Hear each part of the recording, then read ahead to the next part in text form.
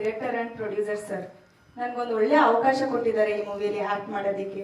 ಈ ಅವಕಾಶ ಸಿಗೋದಕ್ಕೆ ಕಪಿಲ್ ಸರ್ ಅವ್ರ ಕಾರಣ. ಅವ್ರಿಗೊಂದು ಸ್ಪೆಷಲ್ ಥ್ಯಾಂಕ್ಸ್ ಹೇಳೋದಕ್ಕೆ ಇಷ್ಟಪಡ್ತೀನಿ. ಓ ಮೈ ಇಂಡಿಯಾ ಟೈಟಲ್ ಹೇಳೋ ರೀತಿ ಇದು ಇಂಡಿಯಾ ಬೇಸ್ಡ್ ಸಬ್ಜೆಕ್ಟ್. ಅದ್ರಲ್ಲಿ ನನ್ನ ಕ್ಯಾರೆಕ್ಟರ್ ಬಂದು ಒಂದು ಟೀಚರ್ ಕ್ಯಾರೆಕ್ಟರ್ ತುಂಬಾನೇ ಮೆಚುರಿಟಿ ಇರುವಂತ ಕ್ಯಾರೆಕ್ಟರ್, ಹೋಮ್ಲಿ ಕ್ಯಾರೆಕ್ಟರ್, ತುಂಬಾ ಚೆನ್ನಾಗಿದೆ. ನಾನು ಒಂದಷ್ಟು ಮೂವೀಸ್ಗಳು ಮಾಡಿದ್ದೀನಿ ಮುಂಚೆ. ಕಾದಲ್, ಅಮಾವಾಸ್ಯೆ, ಗಡಿ, ಶಿವ, ಹಾಸನಾಂಬೆ, ಕಬಾಳಮ್ಮ, ಆಲಿಯಾದೇವಿ ಅಂತ. ಬಟ್ ಯಾವುದು ಬ್ರೇಕ್ ಸಿಕ್ಕಿಲ್ಲ. ನನ್ಗೆ ಈ ಮೂವಿ ಬ್ರೇಕ್ ಸಿಗುತ್ತೆ ಅನ್ನೋ ಹೋಪ್ಸ್ ನನಗಿದೆ. ಏಕೆಂದ್ರೆ ಓ ಮೈ ಇಂಡಿಯಾ ಈ ಸ್ಟೋರಿ ಕೇಳಿದಾಗ್ಲೇ ನಂಗೆ ತುಂಬಾನೇ ಖುಷಿ ಆಯ್ತು. ಸ್ಟೋರಿ ಎಷ್ಟು ಚೆನ್ನಾಗಿದೆ ಅಂದ್ರೆ ಎಲ್ರಿಗೂ ಒಂದು ಆಸೆ ಇರುತ್ತೆ, ಓ ಮೈ ಇಂಡಿಯಾ ಬಗ್ಗೆ ಸಬ್ಜೆಕ್ಟ್ ಸಿಗ್ಬೇಕು ಅನ್ನೋದು ಪ್ರತಿಯೊಬ್ಬರಿಗೂ ದೇಶದಲ್ಲಿ ಉಳಿದಿರೋರಿಗೆ. ನನ್ಗೆ ಈ ಅವಕಾಶ ಸಿಕ್ಕಿದೆ. ನಿಮ್ಮೆಲ್ಲರ ಪ್ರೀತಿ, ವಿಶ್ವಾಸ, ಹಾರೈಕೆ, ಪ್ರೋತ್ಸಾಹ ಸದಾ ನನ್ನ ಮೇಲೆ ಇರ್ಲಿ ಹಾಗೂ ನಮ್ಮ ಚಿತ್ರ ತಂಡದ ಮೇಲೆ ಇರ್ಲಿ ಅಂತ ಕೇಳ್ಕೊಂತೀನಿ. Thank you so much. ಎಲ್ರಿಗೂ ನಮಸ್ಕಾರ. ವೇದಿಕೆ ಮೇಲೆ ಇರ್ತಕ್ಕಂಥ ಗಣ್ಯರೇ ಹಾಗೂ ನನ್ನ ಎಲ್ಲ ಬಂಧುಗಳೇ, ಸ್ನೇಹಿತರೆ, ಮೀಡಿಯಾ ಮಿತ್ರರೇ, ಎಲ್ರಿಗೂ ನಮಸ್ಕಾರ. ಈ ಸಿನಿಮಾ ನಮ್ಮ ಸ್ನೇಹಿತರು ಹೇಳಿದಾಗೆ, ಯೋಗೇಶ್ ಅವರು ಹೇಳಿದಾಗೆ, ನಾವು ಡಿಗ್ರಿಯಿಂದಲೂ ನಮ್ಮ ಡೈರೆಕ್ಟ್ರು ಮತ್ತೆ ನಾನು ಇಬ್ಬರು ಕ್ಲಾಸ್ಮೇಟು. ಸೊ ಅವತ್ತಿನಿಂದಲೂ ನಾವು ರಾಜ್ಯ ಮಟ್ಟದ ನಾಟಕವನ್ನ ಮಾಡಿದ್ವಿ, ತುಂಬಾ ಸ್ಟೇಟ್ ಅವಾರ್ಡ್ಗಳನ್ನು ತಗೊಂಡ್ವಿ. ಹಾಗೆ ಒಂದು ಧಾರಾವಾಹಿನೂ ಮಾಡಿದ್ವಿ, ನಿಗೂಢ ರಾತ್ರಿ ಅಂತ. ಜೊತೆಗೆ 2003ರಲ್ಲಿ ಗಂಗೋತ್ರಿ ಎಂಬ ಸಿನಿಮಾ ಇವರೇ ನಿರ್ದೇಶಕರು, ನಾನು ಅದರಲ್ಲಿ ಅಭಿನಯ ಮಾಡಿದ್ದೆ. ಸೊ ಹೀಗೆ ಆವಾಗಿಂದಲೂ ನಮಗೆ ಕಲೆ ಅನ್ನೋದು ಸ್ವಲ್ಪ ಆಸಕ್ತಿ ಇತ್ತು. ಸೊ ಅಂತಹ ಕಲೆಯನ್ನ ಈಗ ಹೊರಗೆ ಜಗತ್ತಿಗೆ ತೋರಿಸುವಂತ ಅವಕಾಶ ದೇವರ ದಯೆಯಿಂದ ಆಗಿದೆ. ಹಾಗೆ ಈ ರಂಗದಲ್ಲಿ ನನ್ನನ್ನು ಎಲ್ಲರೂ ಆಶೀರ್ವದಿಸಿ, ಯಾಕೆಂದ್ರೆ ನಾನು ಈಗ ತಾನೇ ಹೆಜ್ಜೆ ಇಟ್ಟು ಬಂದಿರುವಂತಹ ಒಂದು ಕಲಾಮುಗ್ಗು. ನಾನು ಅದನ್ನ ಅರಳಿಸ್ಬೇಕಾದವರು ಎಲ್ಲ ನೀವೇ. ಹಾಗಾಗಿ ಎಲ್ರಿಗೂ ನಮಸ್ಕಾರ ಹೇಳ್ತಾ ಇಲ್ಲಿ ಬಂದಿದ್ದಕ್ಕೆ ಎಲ್ಲ ನನ್ನ ಸ್ನೇಹಿತರು, ಹಾಸನದ ಹಲವಾರು ಡಿಗ್ರಿ ಕಾಲೇಜ್ ಪ್ರಾಂಶುಪಾಲರು ಬಂದಿದ್ದಾರೆ, ಪ್ರೊಫೆಸರ್ಗಳು ಬಂದಿದ್ದಾರೆ, ಮೈಸೂರಿಂದ ಪ್ರೊಫೆಸರ್ ಅವರು ಬಂದಿದ್ದಾರೆ, ಡಾಕ್ಟರ್ ಈಶ್ವರ್ ಅಂತ ಬಂದಿದ್ದಾರೆ, ಹಾಸನಿಂದ ಪ್ರೊಫೆಸರ್ ಮರಿಗೌಡರು, professor Harish, professor Srinivas, professor Yogesh. So ಹಾಗೆ ನಮ್ಮ ಸ್ನೇಹಿತರಾದಂಥ ಸತ್ಯಣ್ಣನವರು, ಹಾಗೆ ನಮ್ಮ ವ್ಯವಸ್ಥಾಪಕರಾದಂತಹ ಸತ್ಯಮೂರ್ತಿ ಸರ್ ಅವರು, ಹಾಗೆ ನಮ್ಮ ಸಕಲೇಶ್ಪುರದ ದಿಟ್ಟ ನುಡಿ ಸಂಪಾದಕರಾದಂತಹ ನಮ್ಮ ದೊಡ್ಡಯ್ಯ ಬ್ರದರ್ ಅವರು. ಸೊ ಹೀಗೆ ನನ್ನ ಬಂಧುಗಳು, ನನ್ನ ಎಲ್ಲ ಮಿತ್ರರು ಬಂದಿದ್ದಾರೆ. ಎಲ್ರಿಗೂ ಮತ್ತೊಮ್ಮೆ ಎಲ್ರಿಗೂ ಮತ್ತೆ ನಮ್ಮ ಕಾಲೇಜಿನಿಂದ ಡಾಕ್ಟರ್ ಶಾಂತಾ ಮೇಡಮ್ ಬಂದಿದ್ದಾರೆ, ಡಾಕ್ಟರ್ ಸವಿತಾ ಮೇಡಮ್ ಬಂದಿದ್ದಾರೆ. ನನಗೆಲ್ರಿಗೂ ಎಲ್ಲ ಬಂದಿದ್ದಕ್ಕೆ ತುಂಬಾ ಸಂತೋಷ ಆಗಿದೆ. ಮತ್ತೊಮ್ಮೆ ಎಲ್ಲರಿಗೂ ನಾನು ಹೃದಯ ತುಂಬಿ ನಿಮಗೆ ವಂದನೆಗಳನ್ನ ಹೇಳ್ತಾ ನನ್ನ ಮಾತನ್ನ ಮುಗಿಸ್ತಾ ಇದ್ದೀನಿ. ನಮಸ್ಕಾರ.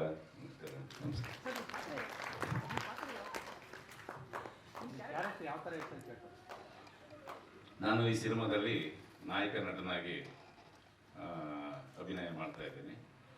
ಸೊ ನನ್ನ ಕ್ಯಾರೆಕ್ಟರ್ ಏನಪ್ಪಾ ಅಂತ ಅಂದ್ರೆ ಜಿಲ್ಲಾಧಿಕಾರಿ ಒಂದು ಕ್ಯಾರೆಕ್ಟರ್. ಆ ಜಿಲ್ಲಾಧಿಕಾರಿಯಾಗಿ ಈ ಚಿತ್ರದಲ್ಲಿ ಅಭಿನಯ ಮಾಡ್ತಾ ಇದ್ದೀನಿ. ಸಮಾಜವನ್ನ ಅಂದ್ರೆ ನಮ್ಮ ಭಾರತದ ಈಗಿನ ಪರಿಸ್ಥಿತಿ ಹೇಗಿದೆ ಅದನ್ನ ಹೇಗಾದ್ರೂ ಸ್ವಲ್ಪ ಮಟ್ಟಿಗೆ ಒಬ್ಬ ಜಿಲ್ಲಾಧಿಕಾರಿ ಮನಸ್ಸು ಮಾಡಿದ್ರೆ ಹೇಗೆ ಸರಿಪಡಿಸಬಹುದು ಅನ್ನೋದೇ ನಮ್ಮ ಚಿತ್ರದ ಒಂದು ಉದ್ದೇಶ ಆಗಿದೆ. ಸೊ ಆ ಪ್ರಯತ್ನವನ್ನ ನಾವು ಮಾಡ್ತಾ ಇದ್ದೀವಿ. ನಮಸ್ಕಾರ. ಓ ಮೈ ಗಾಡ್. ಸೊ ಓ ಮೈ ಇಂಡಿಯಾ, ಓ ಮೈ ಗಾಡ್ ಅಂದ್ರೆ ದೇವರು ಇಂಡಿಯಾ ಎರಡು ಒಂದೇ. ಸೊ ಓ ಮೈ ಇಂಡಿಯಾ ಅಂತಷ್ಟೇ ಎಲ್ಲರೂ ರೋಮಾಂಚನ ಆಗುತ್ತೆ. ಸೊ ಇದ್ರಲ್ಲಿ ಏನಪ್ಪ ಸಾಹಸ ನಿರ್ದೇಶ ಕೆಲಸ ಏನು ಅಂತಂದರೆ, ಇಂಡಿಯಾದಲ್ಲಿ ಅಂದರೆ ನಮ್ಮ ಭಾರತದಲ್ಲಿ ಎಷ್ಟೋ ಇದೆಲ್ಲ ನಡೀತಾ ಇರ್ತವೆ. ಸೊ ಅದೆಲ್ಲ ತಡೆಗಟ್ಟೋದಕ್ಕೆ ನಾಯಕ ನಟರಿಗೆ ಬಂದಂಥ ನಮ್ಮ ರತನ್ ಅವರು ಬಂದು ಅದು ಯಾವ ಥರ ಭೇದಿಸ್ತಾ ಅನ್ನೋದೇ ಸಿನಿಮಾದ ಕತೆ. ನನಗೆ ಕೃಷ್ಣಮೂರ್ತಿಯವರು 20 ವರ್ಷದ ಸ್ನೇಹಿತರು. ಅವರು ಅವತ್ತಿಂದನೂ ಇವತ್ತವರೆಗೂ ನನ್ನ ಜೊತೆ ಅವರು ತುಂಬ ಇದಾಗಿದ್ದಾರೆ. ಬಟ್ ಇದು ನಾನು ಅವರು ಕಂಟೆಂಟ್ ಹೇಳಿದಾಗ ನನಗೆ ತುಂಬ ಇದಾಯಿತು. ಓ ಮೈ ಇಂಡಿಯಾ ಅಂತ ಇಟ್ಟು ಈ ಥರ ಒಂದು ಮಾಡೋದು ತುಂಬ ಇದು. ಬಟ್ ಚೆನ್ನಾಗಿದೆ, ಚೆನ್ನಾಗಿ ಮಾಡೋಣ ಅಂತೇಳಿ ನಮ್ಮ ರತನ್ ದೇವರು ಬಂದಿದ್ದರು. ನಮ್ಮ ನಾಯಕರು ಅವ್ರಿಗೂ ಈ ಥರ ಒಂದು 2 ಆ್ಯಕ್ಷನ್ಸ್ ಇದೆ ಮಾಡಬೇಕು ಅಂತ ಹೇಳಿದ್ರು. ಸೊ ಓ ಮೈ ಇಂಡಿಯಾದಲ್ಲಿ ಯಾಕಂದರೆ ಅಷ್ಟು ಟೈಟ್ಲ್ ಕ್ಯಾಚಿಂಗ್ ಇದೆ, ಯಾಕಂದರೆ ಓ ಮೈ ಇಂಡಿಯಾ ಅನ್ನೋದು ಒಂದು ಕ್ಯಾಚಿಂಗ್ ಟೈಟಲ್ ಅದು. ಸೊ ಎಂಥವ್ರಾದ್ರೂ ಒಂದು ತಿರುಗಿ ನೋಡ್ತಾರೆ. ಸೊ ನಮ್ಮ ನಿರ್ದೇಶಕರು ಕತೆ ಚಿತ್ರಕಥೆ ಚೆನ್ನಾಗಿ ಮಾಡಿದ್ದಾರೆ, ಸಿನಿಮಾ ಸಕ್ಸಸ್ ಆಗಲಿ. ನಾನು 2 ಮಾತುಗಳನ್ನು ಆಡುತ್ತಾ ಒಂದೇನು ಹೇಳ್ತೇನೆ. ಜೈ ಮಾತಾ. ನಮಸ್ತೆ. ಓ ಮೈ ಇಂಡಿಯಾ, ಮೊದಲದಾಗಿ ನಾವು ಈ ಭಾರತ ದೇಶದಲ್ಲಿ ಹುಟ್ಟಿರೋದೇ ನಮ್ಮ ಪೂರ್ವ ಜನ್ಮದ ಪುಣ್ಯ ಅನ್ಕೋಬೇಕು. ಈ ದೇಶದಲ್ಲಿ ಹುಟ್ಟೋಕ್ಕೆ ಯಾಕೆ ಪುಣ್ಯ ಮಾಡಿರ್ತೀವೋ ಅವ್ರಿಗೆ ಮಾತ್ರ ಸಾಧ್ಯ. ಈ ದೇಶದಲ್ಲಿ ಹುಟ್ಟಿದ್ರು ಕೂಡ ನೀನು ಈ ದೇಶದಲ್ಲಿ ಬದುಕಕ್ಕೆ ಅರ್ಹತೆ ಇಲ್ಲ ಅಂತ ಹೇಳ್ಬಿಟ್ಟು ನಮ್ಮ ಭಾರತ ನೆಲ ಕೆಲವ್ರನ್ನ ವಿದೇಶಕ್ಕೆ ಇಟ್ಟಿರುತ್ತೆ, ಅಂದರೆ ಫಾರಿನ್ ಹೋಗಿ ಸೆಟ್ಲ್ ಆಗ್ತಾರೆ. ಅವರು ಈ ದೇಶದಲ್ಲಿ ಬಾಳಕ್ಕೆ ಯೋಗ್ಯತೆ ಇಲ್ಲ ಅಂತ ಅವ್ರಿಗೆ ಈ ಭಾರತ ದೇಶದ ತಳ್ಬಿಡ್ತದೆ. ಅವ್ರು ಏನೋ ನಾವು ವಿದೇಶದಲ್ಲಿ ಏನೋ ದಪಾಕ್ತೀವಿ ಏನೋ ಮಾಡ್ತೀವಿ ಅಂತ ಹೋಗ್ಬೋದವರು. ಅವ್ರಿಗೆ ನಮ್ಮ ಭಾರತ ದೇಶದಲ್ಲಿ ಈ ಅನ್ನ ತಿನ್ಕೊಂಡು ಈ ನೆಲದಲ್ಲಿ ಬಾಳ್ ಮಾಡೋದಕ್ಕೆ ಅವ್ರಿಗೆ ಅವಕಾಶ ಕೊಡಲ್ಲ. ಮತ್ತು ಈ ದೇಶದಲ್ಲಿ ಹುಟ್ಟಬೇಕಾದವರು ವಿದೇಶಗಳಲ್ಲಿ ಹುಟ್ಟಿರ್ತಾರೆ. ಅವ್ರಿಗೆ ಈ ದೇಶದಲ್ಲಿ ಬದುಕಬೇಕು ಅನ್ನೋದು ಭಗವಂತ ಬದುಕ್ತಾನೆ. ಆ ಭಾರತ ಅಂದ್ರೆ ಆ ವಿದೇಶದಲ್ಲಿ ಇರೋನ್ನ ಕರ್ಸ್ಕೊಂಡು ಇಲ್ಲಿ ನೆಲೆ ಕೊಟ್ಟಿದ್ದಾಳೆ, ಇಲ್ಲಿ ಬದುಕು ಕೊಟ್ಟಿದ್ದಾಳೆ. ಇವತ್ತು 100 ವಿದೇಶಿಯರು ನಮ್ಮ ದೇಶದಲ್ಲಿ ಬದುಕ್ತಾ ಇದ್ದಾರೆ ಅಂದ್ರೆ ಅದು ನಮ್ಮ ದೇಶದ ಪುಣ್ಯ, ಈ ನೆಲದ ಸೌಭಾಗ್ಯ. ಈ ನೆಲದ ಸೌಭಾಗ್ಯನ ಬೇರೆ ದೇಶದವರು ಬಂದು ನಮ್ಮ ದೇಶನ ಅರ್ಥ ಮಾಡಿಕೊಂಡು ನಮ್ಮ ದೇಶನ ಉಗುಳ್ತಾರೆ. ಈ ದೇಶಕ್ಕೆ ಇನ್ನೊಂದು ಸವಿಶಾಟಿ ದೇಶ ಇಲ್ಲ ಅಂತ ಹೇಳ್ತಾರೆ. ಅದೇ ನಮ್ಮ ದೇಶದವು ಇಲ್ಲಿ ಹುಟ್ಟಿ ಈ ದೇಶನ ಹರಾಜಿಟ್ಟು ಬೇರೆ ಹೊರಗಡೆ ದೇಶದಲ್ಲಿ ನಮ್ಮ ದೇಶದ ಮಾನ ಮರ್ಯಾದೆನ ಹರಾಜು ಮಾಡ್ತಾರೆ. ಅಂಥವ್ರಿಗೆ ಒಂದು ಪಾಠ ಈ ನಮ್ಮ ಚಿತ್ರದಲ್ಲಿದೆ. ಮತ್ತೆ ಇಲ್ಲಿ ನಮ್ಮ ಭ್ರಷ್ಟ ವ್ಯವಸ್ಥೆ ಹೇಗಿದೆ, ನಮ್ಮ ಭ್ರಷ್ಟ ವ್ಯವಸ್ಥೆನ ನಾವು ಸರಿ ಮಾಡ್ಬೇಕಂದ್ರೆ ನನ್ಗೆ ಯಾಕೆ ನಮ್ಮಲ್ಲಿರೋದು ಒಂದೇ ಒಂದು ಕಾನ್ಸೆಪ್ಟ್ ನಮ್ಮ ಇಂಡಿಯನ್ನಲ್ಲಿ ಅಂದ್ರೆ ನನಗೆ ಯಾಕೆ ಅದ್ಯಾವನು ಕಚ್ಚೆ ಆಡ್ತಾನೆ ಒಳ್ಳೆ ನನಗೆ ಯಾಕೆ, ಅಲ್ಲೇನೋ ಬಿದ್ದಿದೆ ನನಗೆ ಯಾಕೆ, ಅಲ್ಲೇನೋ ಕಸ ಬಿದ್ದಿದೆ ನನಗೆ ಯಾಕೆ, ಎಲ್ಲರೂ ನನ್ಗೆ ಯಾಕೆ ನನ್ಗೆ ಯಾಕೆ ನನ್ಗೆ ಯಾಕೆ ನನ್ಗೆ ಯಾಕೆ ಅಂದ್ರೆ ಮಾಡೋರು ಯಾರು? ಈಗ ನಮ್ಮ ಮನೇಲಿ ಏನೋ ಕಸ ಬಿದ್ದುಬಿಟ್ಟಿದೆ ಗುಡ್ಸೋರು, ನನ್ನ ಮಗ ನನಗೆ ಯಾಕೆ, ನಾನು ನನಗೆ ಯಾಕೆ, ಎಲ್ಲರೂ ನನ್ಗೆ ಯಾಕೆ ನನ್ಗೆ ಯಾಕೆ ಅಂದ್ರೆ ಮಾಡೋರು ಯಾರು? ಮನೇನ ಅಚ್ಚುಕಟ್ಟು ಮಾಡೋರು. ಅಂದ್ರೆ ದೇಶದಲ್ಲಿರೋ ಪರಿಸ್ಥಿತಿಗಳನ್ನ ಸರಿ ಮಾಡೋರು ಯಾರು? ನಮ್ಮ ದೇಶನ ಸರಿ ಮಾಡಕ್ಕೆ ಅಂತೇಳಿ ನಮ್ಮ ರಾಜಕೀಯ ವ್ಯವಸ್ಥೆಯಲ್ಲಿ ಒಬ್ಬ ಪ್ರಧಾನಮಂತ್ರಿ, ರಾಜ್ಯಗಳಿಗೆ ಒಬ್ಬೊಬ್ಬ ಮುಖ್ಯಮಂತ್ರಿ, ತಾಲೂಕುಗಳು ಜಿಲ್ಲೆಗಳಿಗೆ ಒಬ್ಬೊಬ್ಬ ಸಂಸದ MP, ತಾಲೂಕುಗಳಿಗೆ ಒಬ್ಬ MLA, ಗ್ರಾಮ ಪಂಚಾಯತಿಗಳಿಗೆ ಒಬ್ಬ ಗ್ರಾಮ ಪಂಚಾಯತಿ ಅಧ್ಯಕ್ಷ ಅಂತ ಕೆಳಮಟ್ಟದಿಂದ ಪ್ರಧಾನಿವರೆಗೂ ಒಬ್ಬ ಗ್ರಾಮ ಪಂಚಾಯತಿ ಸದಸ್ಯರಿಂದ ಹಿಡಿದು ಪ್ರಧಾನಿವರೆಗೂ ನಮ್ಮ ದೇಶದ ವ್ಯವಸ್ಥೆ ಮಾಡಿದೆ. ಆಗ ನಮ್ಮ ದೇಶನ ಮುನ್ನಡೆಸೋಕೆ ಆಗ್ತಾ ಇಲ್ಲ. ನಾವೇನ್ ಮಾಡಿದೀವಿ, ನಮ್ಮ 95% ಪ್ರಜೆಗಳನ್ನ 5% ರಾಜಕಾರಣಿಗಳು ಇವತ್ತು ನಮ್ಮನ್ನ ಆಡ್ತಿದ್ದಾರೆ ಅಂದ್ರೆ ಬುಲ್ಶಿಟ್, ನಾಚಿಕೆ. ಇದು ಪ್ರಜಾಪ್ರಭುತ್ವ ದೇಶ ಅಂದ್ರೆ ನಮ್ಮ ಪ್ರಜೆಗಳೇ ಪ್ರಭುಗಳಾಗಿರ್ಬೇಕು. ಅಂದ್ರೆ ನಾವೇ ಪ್ರಜೆಗಳು ಪ್ರಭುಗಳಾಗಿರ್ಬೇಕಾದರೂ ನಾವು ಭಿಕ್ಷೆ ಕೊಟ್ಟು ಮತದಾನ ಕೊಟ್ಟು ಮಾಡಿರೋರು ನಮ್ಗೆ ಸೇವಕರಾಗಿರ್ಬೇಕು ಹೊರತು ಅವ್ರನ್ನೇ ನಾವು ಪ್ರಜೆಗಳು ಮಾಡ್ಬಿಟ್ಟು ಅವ್ರ ಗುಲಾಮರಾಗಿ, ಅವ್ರ ಅಡಿಗಳಾಗಿ, ಅವ್ರ ಸೇವಕರಾಗಿ ನಾವು ಪ್ರಜೆಗಳು ನಾವು ಬದುಕ್ತಾ ಇದ್ದೀವಿ. ಆ ಥರ ಕೆಟ್ಟ ವ್ಯವಸ್ಥೆ ನಮ್ಮ ದೇಶದಲ್ಲಿ ಇದೆ. ಈ ದೇಶದ ವ್ಯವಸ್ಥೆನ ಬದಲಾಯಿಸೋರು ಯಾರು ಅಂತ ಈಗ ಒಂದು ದಾರಿ ಒಬ್ಬ ಪ್ರಯತ್ನ ಮಾಡಿದ್ರೆ ಎಲ್ಲ ತಾನಿಗೆ ಒಂದು ಕೈ ಗೂಡಬೇಕು. ಇಟ್ಟಿಗೆ ಗೂಡಿದ್ರೆ ಕಟ್ಟಡ, ಇಟ್ಟಿಗೆ ಗೂಡಿದ್ರೆ ಕಟ್ಟಡ, ಹನಿ ಗೂಡಿದ್ರೆ ಹಳ್ಳ ಅನ್ನಂಗೆ ಒಬ್ಬ ಒಂದು ಸಮಸ್ಯೆನ ಬಗೆಹರಿಸಕ್ಕೆ ಒಬ್ಬ ಪ್ರಯತ್ನ ಮಾಡಿದಾಗ ಹಲವಾರು ಕೈಗಳು ಜೋಡಿಸ್ಕೊತೇವೆ. ಉದಾಹರಣೆಗೆ ಒಂದು ರಸ್ತೆಯಲ್ಲಿ ಒಂದು ದೊಡ್ಡ ಮರ ಬಿದ್ದುಬಿಟ್ಟಿರ್ತದೆ. ನನ್ಗೆ ಯಾಕೆ ಸೈಡ್ ಮಾಡ್ಕೊ ಹೋಯ್ತಾನೆ ಹೊರತು ಈ ಮರನ ಹೆಂಗೆ ಎತ್ತಿ ದಾರಿ ಮಾಡಂತ ಅವ್ನು ಮಾಡ್ಕೊಡಲ್ಲ. ನನ್ಗೆ ಯಾಕೆ ಇನ್ನೊಬ್ಬ ಬರ್ತಾನೆ, ನನ್ಗೆ ಯಾಕೆ ಇನ್ನೊಬ್ಬ ಬರ್ತಾನೆ, ನನ್ಗೆ ಯಾಕೆ. ಒಂದು ಚಿಕ್ಕ ಹುಡುಗ, ಒಂದು ಪುಟಾಣಿ ಹುಡುಗ, ಒಂದು ಸ್ಕೂಲ್ ಹುಡುಗ ಬಂದ್ಬಿಟ್ಟು ಆ ಮರನ ಜಂಬೆ ಇಟ್ಕೊಂಡು ಎತ್ತಕ್ಕೆ ಪ್ರಯತ್ನ ಪಡ್ತಾನೆ, ಅವನ ಕೈಲಿ ಆಗಲ್ಲ. ಪ್ರಯತ್ನ ಪಡ್ತಾನೆ ಅವನ ಕೈಲಿ ಆಗ ಮಗು ಆ ಮರನ ಸೈಡ್ ಗೀಡಕ್ಕೆ ಪ್ರಯತ್ನ ಪಡ್ತಾನೆ. ನೋಡು, ಒಬ್ಬ ಬರ್ತಾನೆ ಕೈ ಜೋಡಿಸ್ತಾನೆ, ಇನ್ನೊಬ್ಬ ಬರ್ತಾನೆ ಕೈ ಜೋಡಿಸ್ತಾನೆ. ಆಗ 100 ಜನ ಸೇರ್ಕೋತಾರೆ, 1000 ಜನ ಸೇರ್ಕೊಂಡು ಆ ಮರನ ರಸ್ತೆಯ ಪಕ್ಕಕ್ಕೆ ಇಡ್ತಾನೆ.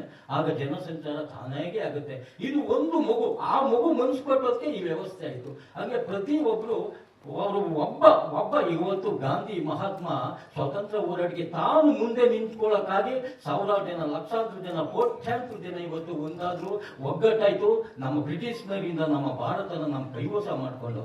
ಆ ರೀತಿಯಾಗಿ ಬಂಧುಗಳೇ, ಪ್ರತಿಯೊಬ್ಬ ಈ ದೇಶದಲ್ಲಿ ಹುಟ್ಟಕ್ಕೆ ನಾವು ನಿಜವಾಗ್ಲೂ ಪುಣ್ಯ ಮಾಡಿದ್ದೀವಿ. ಅದು ಇದರ ಅರ್ಥನ ನಾವು ಪ್ರತಿಯೊಬ್ಬ, ನಾನು ಭಾರತೀಯ, ಈ ದೇಶದಲ್ಲಿ ಹುಟ್ಟಕ್ಕೆ ನಾನು ಪುಣ್ಯ ಮಾಡಿದೆ ಅಂತ ನಮ್ಮ ಪಿಕ್ಚರ್, ನಮ್ಮ ಸಿನಿಮಾನ ನೋಡಿ ಈಚೆಗೆ ಬಂದ್ಮೇಲೆ ಅವನು ವಿದೇಶಕ್ಕೆ ಹೋಗೋದನ್ನೇ ಬಿಟ್ಬಿಡ್ಬೇಕು, ಅವನು ವಿದೇಶದ ವ್ಯಾಮೋಹನೆ ಬಿಟ್ಬಿಡ್ಬೇಕು.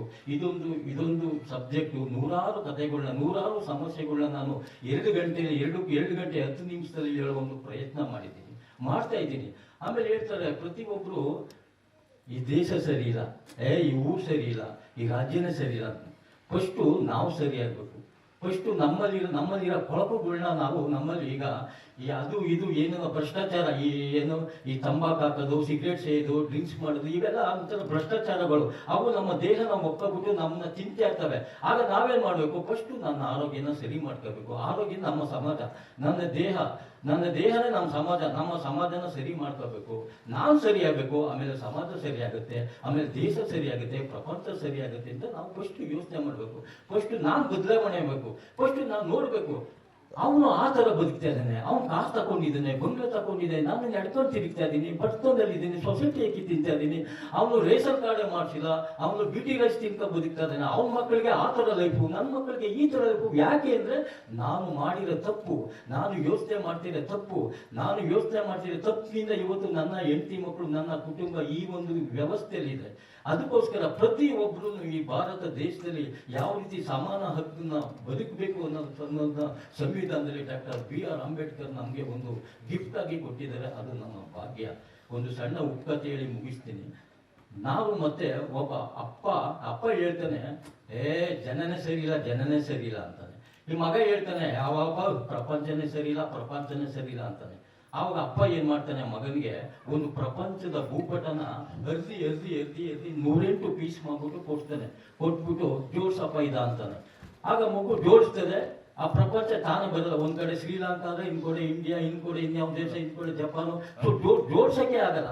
ಅಪ್ಪ ನಾನು ಸೋತೆ, ಅಪ್ಪ ನನ್ಗೆ ಜೋಡ್ಸಕ್ ಆಗಲ್ಲ ಅಂತ ಹೇಳ್ತಾನೆ. ಆವಾಗ ಅವ್ರ ಅಪ್ಪ ಹೇಳ್ತಾನೆ, ಮುಚ್ಚು, ಅದೆಲ್ಲ ಮುಚ್ಚಾಕು ಪೀಸ್ ಕೊಡು, ಅದರಲ್ಲಿ ಮನುಷ್ಯ ಇರ್ತಾನೆ, ಅದನ್ನ ಜೋಡಿಸೋದಾಗ ಆ ಹುಡುಗ ಆ ಪೀಸ್ಗಳನ್ನೆಲ್ಲ ಮುಚ್ಚಾಕಿ ಒಂದು ತಲೆ, ಬುರುಡೆ, ಕೈ, ಕಾಲು ಎಲ್ಲೆಲ್ಲಿ ಬರ್ತವೆ ಎಲ್ಲರೂ ಮಾಡ್ತಾನೆ. ಆಗ ಮನುಷ್ಯ ಸರಿಯಾಗುತ್ತೆ. ಓ ಅಪ್ಪ, ಮನುಷ್ಯದ ಪಾರ್ಟಿ ಎಲ್ಲ ಜೋಡಿಸಿದೆ, ಎಲ್ಲ ಮನುಷ್ಯ ಸರಿಯಾಗುತ್ತಾ ಅಂತ ಹೇಳ್ತಾನೆ. ಆಗ ಅವ್ರಪ್ಪ ಅದನ್ನ ಮುಚ್ಚಾಕು ಅಂತ ಹೇಳ್ತಾನೆ. ಮುಚ್ಚಾಕ್ತಾನೆ. ಓ ಅಪ್ಪ, ಪ್ರಪಂಚ ತಾನಾಗೆ ಸರಿಯಾಗುತ್ತಿದೆ ಅಂತ. ಆಗ ಅವ್ರಪ್ಪ ಹೇಳ್ತಾನೆ, ಅದೇ ಮಗನೇ, ಮೊದಲು ಮನುಷ್ಯ ಸರಿಯಾದ್ರೆ ಪ್ರಪಂಚ ತಾನಾಗೆ ಸರಿಯಾಗತ್ತೆ ಅಂತ ಹೇಳ್ತಾರೆ. ಪ್ರತಿಯೊಬ್ಬರು ಆಗಸ್ಟ್ 15ಕ್ಕೆ ನಮ್ಮ ಸಿನಿಮಾ ರಿಲೀಸ್ ಮಾಡ್ಬೇಕನ್ನೋ ಪ್ರಯತ್ನದಲ್ಲಿ ನಾವಿದ್ದೀವಿ. ನಮ್ಮ ಸಿನಿಮಾದಲ್ಲಿ ಯಾರ್ಯಾರು ಆರ್ಟಿಸ್ಟ್ಗಳು ಯಾರ್ಯಾರು ಮಾಡಿದ್ದಾರೆ, ಈ ಕತೆ ಕಂಟೆಂಟ್ಸ್ ಏನು ಅಂತ ಲೀಕ್ ಔಟ್ ನಾವು ಇದುವರೆಗೂ ಮಾಡಿಲ್ಲ. ನಾನು ಬೇರೆ ಒಂದು ಹೊಸ ವಿಭಿನ್ನ ಪ್ರಯತ್ನದಲ್ಲಿ ನಾನು ಮಾಡಕ್ ಹೋಗಿದ್ದೀನಿ. ಪ್ರತಿಯೊಬ್ಬರು ಕಾಮ, ಕ್ರೋಧ, ಮೋಹ, ಲೋಭ, ಈ ಸಂಸಾರದ ಬಗ್ಗೆ ಆ ಕತೆ, ಈ ಕತೆ, ಪ್ರೇಮ ಕತೆ, ಸ್ನೇಹ, ಬಾಂಧವ್ಯ, ಇವೆಲ್ಲ ಹೇಳಕ್ ಹೋಗ್ತಾರೆ. ನಾನು ಹೇಳ್ತಾ ಇರೋದು ಯೂನಿವರ್ಸಲ್ ಕತೆ, ಒಂದು ದೇಶದಲ್ಲಿ ಕತೆ. ನಮ್ಮ ಕತೆ, ನಮ್ಮ ಒಂದು ಸಿನಿಮಾನ ನೋಡೋ ಪ್ರತಿಯೊಂದು ಪ್ರೇಕ್ಷಕ ನಾನು ಇವತ್ತಿಂದ ಬದಲಾಗಬೇಕು, ನನ್ನ ದೃಷ್ಟಿಕೋನ ಬದಲಾಯಿಸ್ಕೋಬೇಕು ಅಂತ ಯೋಚನೆ ಮಾಡಬೇಕು. ಆ ಒಂದು ನಿಟ್ಟಿನಲ್ಲಿ ಇವತ್ತು ನನ್ನ ಪ್ರಯತ್ನ ಸಾಧ್ಯವಾದ ಮಟ್ಟಿಗೂ ಮಾಡ್ಕೊಂಡು ಬಂದಿದ್ದೀನಿ. ಈ ಒಂದು ಪ್ರಯತ್ನ ನಾವು ಯಾವಾಗಲೂ ಮಾಡಬೇಕಾಗಿತ್ತು. ನನ್ನ ಸ್ನೇಹಿತ ರತನ್ ದೇವ್ ಅವರು, ನಾವು ಡಿಗ್ರಿ ಓದಬೇಕಾದ್ರೆ ನನ್ನ ಕಲೆನ ಗುರುತಿಸಿ, ನನಗೆ ತುಂಬ ಬಡತನ, ನಮಗೇನೂ ಇಲ್ಲ, ನನಗೆ ಚಪ್ಪಲಿನೂ ಇಲ್ಲದೆ ಓಡಾಡ್ತಿದ್ದೆ, ಬಟ್ಟೆನೂ ಇಲ್ಲದೆ ಓಡಾಡ್ತಿದ್ದೆ. ಅಂಥದ್ರಲ್ಲಿ ನನ್ನ ಸ್ನೇಹ ನನಗೆ ಗುರುತಿ ಆ ಟೈಮಲ್ಲಿ ನನ್ನ ಸ್ಕೂಲ್ ಫೀಸೆಲ್ಲ ಕಟ್ಟಿ ನಮಗೆ ನೆರವಾಗಿದ್ದು, ನನ್ನಲ್ಲಿರೋ ಕಲೆನ ಗುರುತಿಸಿ ಭಾರತ ಮಗಳ ಕಗ್ಗೋಲೆ ಅಂದ್ಬಿಟ್ಟು ನಾವು ಆವಾಗಲೇ ಒಂದು ರಾಜ್ಯ ಮಟ್ಟದ ಪ್ರಶಸ್ತಿ ತಗೊಂಡಿದ್ದು. ಅದಾದ್ಮೇಲೆ ನನ್ನ ಸ್ನೇಹಿತನ ನಾವು ಡಿಗ್ರಿ ಆದ್ಮೇಲೆ ದೂರ ಆಗ್ಬಿಟ್ಟು 20 ವರ್ಷಗಳು ದೂರ ಆದ. ಅವರೆಲ್ಲವರಿಂದ ನಂಗೆ ಗೊತ್ತಿಲ್ಲ, ನನ್ನ ಪಾಡು ನಮಗೂ. ಆಮೇಲೆ ನಮ್ಮ ಲಯನ್ ವೆಂಕಟೇಶ್ ಅವರು ಇಂಥವ್ರು ನಮಗೊಂದು ಆಶ್ರಯ ಕೊಟ್ಟು ಅವತ್ತಿಂದ ಪ್ರತಿಯೊಬ್ಬರು ನನಗೆ ಕೈ ಹಿಡ್ದು ನನಗೆ ಬದುಕು ಕೊಟ್ಟವ್ರೆ, ನನಗೆ ಜೀವನ ಕೊಟ್ಟವ್ರೆ. ಇದುವರೆಗೂ ನಾನು ಇಲ್ಲಿ ಬದುಕ್ತೀನಿ ಅಂದರೆ ನನ್ನ ಒಂದು ಸ್ನೇಹ ಸಂಬಂಧಗಳಲ್ಲೇ ನಾನು ಇವತ್ತು ಬದುಕ್ತಾ ಇರೋದು. ಅಂತರಲ್ಲಿ ಇವತ್ತು ರತನ್ ದೇವ್ ಸಿಕ್ಕಾಗ ಎಲ್ಲೋ ಒಂದ್ಸಲ ಸಿಕ್ತು, ಗಾಡ್ ಗಿಫ್ಟ್ ಏನೋ ಸಿಕ್ಬಿಟ್ಟು ಅನ್ಎಕ್ಸ್ಪೆಕ್ಟ್ ಆಗಿ ನಾನು ಯಾರ ಜೊತೆಲ್ಲ ಮಾತಾಡ್ಬೇಕಾದ್ರೆ ಅವ್ರು ಗುಚ್ಚಿ ಸರ್ ನಿಮ್ಮ ವಾಯ್ಸ್ ಕೇಳಿ ಬಂದೆ, ನೀವು ಕೃಷ್ಣಮೂರ್ತಿ ಇಲ್ವೋ ಸರ್ ಅಲ್ಲಿ ತಪ್ಪಿಕೊಂಡು ಹಂಗೆ ಮಾಡಿ ಇನ್ನೂ ಹಿಂಗೆ ಇದ್ದಿರಲ್ಲ ಸರ್, ಯಾಕೆ ಸರ್ ಇವತ್ತು ಭಗವಂತ ನನಗೆ ಸಾಧ್ಯವಾದಷ್ಟು ಒಂದು ಆರ್ಥಿಕ ವ್ಯವಸ್ಥೆ ಚೆನ್ನಾಗಿಟ್ಟಿದ್ದಾನೆ, ನಿಮ್ಮ ಕಲೆನ ಏನು ಅಂತ ತೋರಿಸ್ಬೇಕು ಸರ್, ಬನ್ನಿ ಸರ್ ಸಿನಿಮಾ ಮಾಡೋಣ ಅಂತ ಅವತ್ತು ನನ್ನ ಕರ್ಕೊಂಡು ಬಂದು ಇವತ್ತು ಈ ವೇದಿಕೆ ಬರೋ ಮಟ್ಟಿಗೆ ಈ ಒಂದು ಟ್ರೈಲರ್ ಬಿಡುಗಡೆ ಆಗಿ ಒಂದು ಸಿನಿಮಾ ಬಿಡುಗಡೆ ಆಗೋ ಮಟ್ಟಿಗೆ ಇವರು ತಂದಿದ್ದಾರೆ. ಇವರಿಗೆ ನಾನು ಯಾವತ್ತೂ ಆಭಾರಿಯಾಗಿರ್ತೀನಿ ಸರ್. ಎಲ್ಲರಿಗೂ ನಮಸ್ಕಾರ. ಪತ್ರಕರ್ತರಿಗೂ ಮಾಧ್ಯಮದವರಿಗೂ ಮತ್ತು ಮಿಕ್ಕ ಎಲ್ಲ ಅಭಿಮಾನಿ ಅನ್ನದಾತರಿಗೆ ನಿಮ್ಮ ಉಮೇಶ್ವರ ಸಾಷ್ಟಾಂಗ ನಮಸ್ಕಾರಗಳು. ಇವರು ಹೇಳಿದಾಗೆ ಮನುಷ್ಯರು ಸರಿ ಹೋದರೆ ನಮ್ಮ ದೇಶ ಸರಿ ಹೋಗಿರುತ್ತೆ ಅಂತ. ಹಾಗೆ ಅದು ನಮ್ಮ ಎಲ್ರಿಗೂ ಪ್ರತಿಯೊಬ್ಬರಿಗೂ ನಮ್ಮ ಭಾರತ, ನಮ್ಮ ದೇಶ, ನಮ್ಮ ಮಣ್ಣು, ನಮ್ಮ ನೆಲ ಎಲ್ಲ ನಮ್ಮವರು, ಇವರೆಲ್ಲರೂ ನಮ್ಮವರನ್ನ ಭಾವನೆ ಬರಬೇಕು. ಅದೆಲ್ಲ ಬಹಳ ಚೆನ್ನಾಗಿ ಬಹಳ ಒಂದು ಹೇಳಿದ್ದಾರೆ. ಅದರಲ್ಲೂ ನಮ್ಮ ನಿರ್ದೇಶಕರು ಇದರಲ್ಲಿ ಮಾತಾಡ್ಬೇಕಾದ್ರೆ ಏನು ನನಗೆ ರಾಮರೀಶ್ ಜ್ಞಾಪಕ ಬಂದ್ಬಿಟ್ರು. ರೆಬಲ್ ಸ್ಟಾರ್ ಮಾತಾಡ್ದಂಗೆ ದೇಶದ ಬಗ್ಗೆ ಇದೆಲ್ಲ ಮಾತಾಡಿದ್ರು. ಬಹಳ ಚೆನ್ನಾಗಿ ಮಾತಾಡಿದ್ದಾರೆ, ಬಹಳ ಚೆನ್ನಾಗಿ ಮಾತಾಡಿದ್ರು. ಮತ್ತೆ ಈ ನಮ್ಮ ಲೋಕೇಶ್ ಅವರು ಸಹ ಪ್ರೊಫೆಸರ್ ಅಂತೆ. ನೋಡಿ ಎಂಥ ಕಾಂಬಿನೇಷನ್ ಇದೆ ನೋಡಿ. ಅವರು ಪತ್ರಕರ್ತರು, ನಿರ್ದೇಶಕರು. ಆ ಪತ್ರಕರ್ತರ ಮೇಲೆ ತಿಳ್ಕೊಳ್ಳಿ, ಪತ್ರಕರ್ತರಿಗೆ ಸಿನಿಮಾ ಆಗಲಿ, ಸಾಮಾಜಿಕ ನ್ಯಾಯ ಆಗಲಿ, ಮತ್ತೆ ರಾಜಕೀಯ ಆಗಲಿ, ಪ್ರತಿಯೊಂದು ವಿಡಂಬನೆ ಮಾಡುವ ಒಂದು ಶಕ್ತಿ ಅವರಿಗಿದೆ. ಎಲ್ಲ ಶಕ್ತಿ ಇದ್ಮೇಲೆ ಚಿತ್ರರಂಗ ಹೇಗೆ ಮಾಡಬೇಕು, ಚಿತ್ರ ಹೇಗಿರಬೇಕು, ನಾವು ವಿಡಂಬನೆ ಮಾಡೋ ಶಕ್ತಿನೂ ಅವರಿಗಿದೆ. ಆದ್ಮೇಲೆ ಅವರಿಗೆಲ್ಲ ಚಿತ್ರ ಹೇಗೆ ಮಾಡೋದು ಸರಿ ಅಂತ ಅವ್ರಿಗೆ ಚೆನ್ನಾಗಿದೆ. ಮತ್ತೆ ಇನ್ನು ನಮ್ಮ ನಾಯಕ ನಟರು, ಅವರು ಪ್ರೊಫೆಸರ್ ಅಂತೆ. ಅವರು ಅನೇಕ ವಿದ್ಯಾರ್ಥಿಗಳಿಗೆ ಪಾಠವನ್ನು ಮಾಡಿ ಅವರಿಗೆ ಒಂದು ಒಳ್ಳೆ ದಾರಿನ ತೋರಿಸ್ಕೊಟ್ಟಿದ್ದಾರೆ. ಅಂದರೆ ಇವರಿಗೂ ಸಹಿತ ಒಬ್ಬರು ಮೇಷ್ಟ್ರು, ಒಬ್ಬರು ಪತ್ರಕರ್ತರು ಸೇರಿದ್ಮೇಲೆ ಓ ಮೈ ಇಂಡಿಯಾ ಚೆನ್ನಾಗಿ ಆಗೇ ಆಗತ್ತೆ, ಖಂಡಿತ ಆಗತ್ತೆ. ಮತ್ತೆ ನಮ್ಮ ಆ ಒಂದು ಹಾಡಿನಲ್ಲಿ ನಮ್ಮ ಲೋಕೇಶ್ ಅವ್ರು ನೋಡಿದಾಗ ಏನು ಹೊಸಬರು ಅಂತ ನನಗೆ ಅನಿಸ್ಲೇ ಇಲ್ಲ. ಇದು ಎಷ್ಟೊಂದು ಒಂದು 60-70 ಚಿತ್ರಗಳಲ್ಲಿ ಮಾಡಿದ ಅನುಭವ ಇರುವ ಒಂದು ನಟನೆ ಪಾತ್ರ ಮಾಡ್ತಿದ್ದಾರೆ, ಹಾಡ್ತಾ ಇದ್ದಾರೆ, ಡ್ಯಾನ್ಸ್ ಮಾಡ್ತಿದ್ದಾರೆ. ಯಾಕೆಂದ್ರೆ ಮುಖದ ಭಾವನ ಎಕ್ಸ್ಪ್ರೆಷನ್ ಇದೆಯಲ್ಲ. ಯಾಕೆಂದ್ರೆ ಯಾವತ್ತೂ ನಾವು ಮೊದಲು ಯಾವುದೇ ಕಲಾವಿದ ಬರಲಿ, ಹೊಸ ಬರಲಿ, ಹಳೆ ಬರಲಿ, ಅವರ ಮುಖದ ಭಾವನೆ ಎಕ್ಸ್ಪ್ರೆಷನ್ ಅದು ನೋಡ್ತೀವಿ. ಇವರು ಆ ಒಂದು ಎಕ್ಸ್ಪ್ರೆಷನ್ ನಿಮ್ಮ ಹಾಡಿಗೆ ಕೊಡ್ತಾ ಇದ್ರೆ, ಮತ್ತು ಆ ಒಂದು ಡ್ಯಾನ್ಸ್ ಮಾಡೋದಾಗ್ಲಿ ನೋಡ್ತಾ ಇದ್ರೆ, ಇವರು ಬಹಳ ಅನುಭವ ಪಡೆದಿರೋ ಒಂದು ಕಲಾವಿದರ ಥರ ಕಾಣ್ತಾ ಇದ್ರೆ, ಖಂಡಿತ ಅವ್ರಿಗೆಲ್ಲ ಅನುಭವ ಆಗಿದೆ. ಯಾಕೆಂತಂದ್ರೆ ಯಾವತ್ತೇ ಆಗಲಿ ಪಟ್ಟುಗಳು ಕಲ್ತ್ಕೊಳ್ದೆ ಕುಸ್ತಿ ಮಾಡೋಕ್ಕೆ ಸಾಧ್ಯ ಆಗಿಲ್ಲ, ಅಖಾಡಕ್ಕೆ ಬರೋಕ್ಕೆ ಸಾಧ್ಯ ಇಲ್ಲ. ಆ ಪಟ್ಟುಗಳೆಲ್ಲ ಕಲ್ತಿದ್ದಾರೆ, ಕಲಿಸಿದ್ದಾರೆ.